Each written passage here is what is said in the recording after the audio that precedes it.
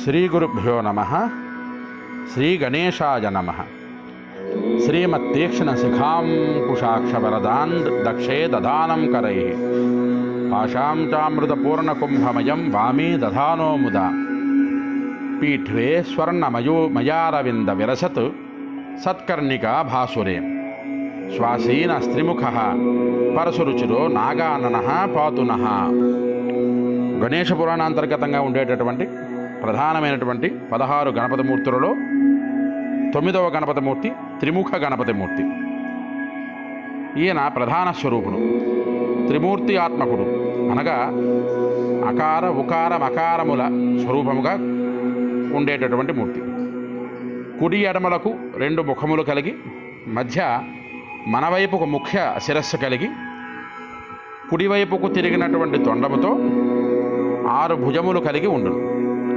పద్మమునందు ఆసీనుడై అమృత కలశము, పాశము, అంకుశము, జపమాల ధరించి అభయ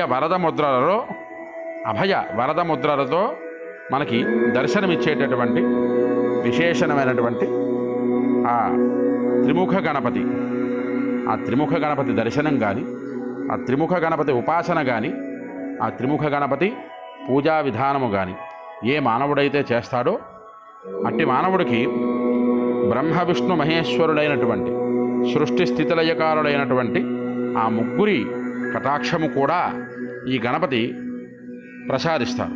చేత అందరూ కూడా గణపతిని ఆరాధించండి, ముక్తి మోక్షాన్ని పొందండి. హరి ఓం స్వస్తి.